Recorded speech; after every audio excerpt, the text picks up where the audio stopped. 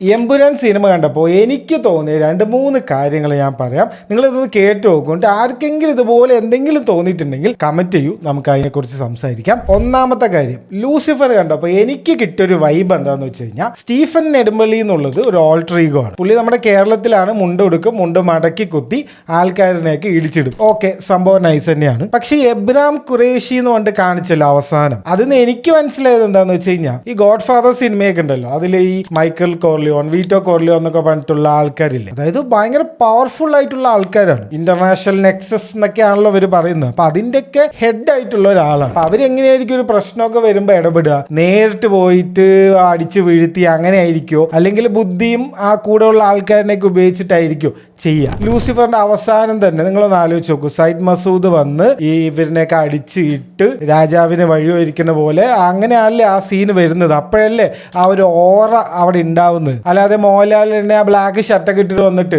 ഈ ചെറിയ പിള്ളേരിനെയൊക്കെ അടിച്ചിട്ട് കഴിഞ്ഞാൽ എങ്ങനെ ഉണ്ടാവും? ഞാൻ വിചാരിച്ചു എമ്പുരാൻ ഇതുപോലെ ആയിരിക്കുന്നു. അവസാനം വരെ ഞാൻ വിചാരിച്ചു ഇയാള് വേറെന്തോ ബുദ്ധി ഉപയോഗിച്ച് അല്ലെങ്കിൽ വേറെ എന്തെങ്കിലും ഗ്യാങ്ങിനെയൊക്കെ കൊണ്ടുവന്ന് ഇവരിനെയൊക്കെ കൊല്ലാനാണെന്ന്. ഇതിപ്പോ കുറച്ച് ബംഗാളികളിലേക്ക് അടിച്ചിടാൻ വേണ്ടിയിട്ട് ഈ എബ്രാം ഖുറേഷി വരേണ്ട ഒരാവശ്യവും ഞാൻ കണ്ടില്ല. അവസാനം സ്റ്റീഫൻ വന്ന് ഇവരിനെയൊക്കെ അടിച്ചിട്ടാലും വലിയ കുഴപ്പമുള്ളതായിട്ട് തോന്നിയില്ല. പക്ഷെ ഇതെന്തോ ഒരു ക്യാരക്ടർ കണ്ടിന്യൂറ്റി ഇല്ലാതായ പോലെ തോന്നി. ഇനിയിപ്പോ രണ്ടാമത്തെ കാര്യം, ഈ സയ്യിദ് മസൂദിനെ ഇവര് പറയുന്നത് ഏഷ്യയിൽ തന്നെ ഏറ്റവും വലിയ മെർസനറി ടീംസ് ആണെന്നല്ലേ. ഇത്ര വലിയൊരു റിവെഞ്ച് ഉണ്ടെങ്കിൽ ഇതൊക്കെ എപ്പ ചെയ്ത് തീർക്കേണ്ടതാണ്? ഇപ്പോഴാണ് ഇതൊക്കെ ചെയ്യുന്നത്. അതിന് അവർ തന്ന ജസ്റ്റിഫിക്കേഷൻ എനിക്ക് എന്തോ വർക്കൗട്ട് ആയി. ഒരു ഏതോ നോർത്ത് ഇന്ത്യൻ പൊളിറ്റീഷ്യനെ കൊല്ലാനാണോ ഇത്ര പണി? അതിന് ഇത്ര കാലം കാത്തിരുന്നത് എന്തിനാണ്? ഒരാവശ്യമില്ലല്ലോ. ഇവര് ഇത്ര വലിയ ഇന്റർനാഷണൽ കളി കളിക്കുന്ന ആൾക്കാർക്ക് ഇതൊക്കെ ഒരു ചീള് കേസല്ലേ. ഇനി എനിക്ക് മൂന്നാമതായിട്ട് തോന്നിയത്, ഏതൊക്കെ സീക്വൽസ് ഒറിജിനൽ മൂവിയെക്കാൾ ഹിറ്റ് ആയിട്ടുണ്ടോ, അതിപ്പോ KGF ആയിക്കോട്ടെ, ഡെഡ്പൂൾ ആയിക്കോട്ടെ, ഏതോ ആയിക്കോട്ടെ,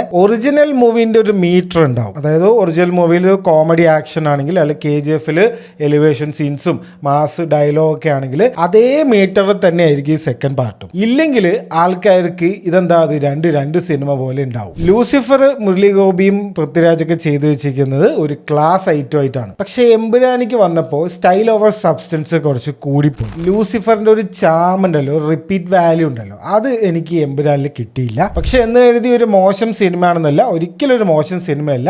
പക്ഷെ ഒരു സംഭവ സിനിമയാണോ എന്ന് ചോദിച്ചു കഴിഞ്ഞാൽ അല്ല എന്ന് പറയേണ്ടി വരും. എന്തായിരുന്നു സിനിമ കണ്ടപ്പോൾ നിങ്ങളുടെ അഭിപ്രായം കമന്റ് ചെയ്യൂ.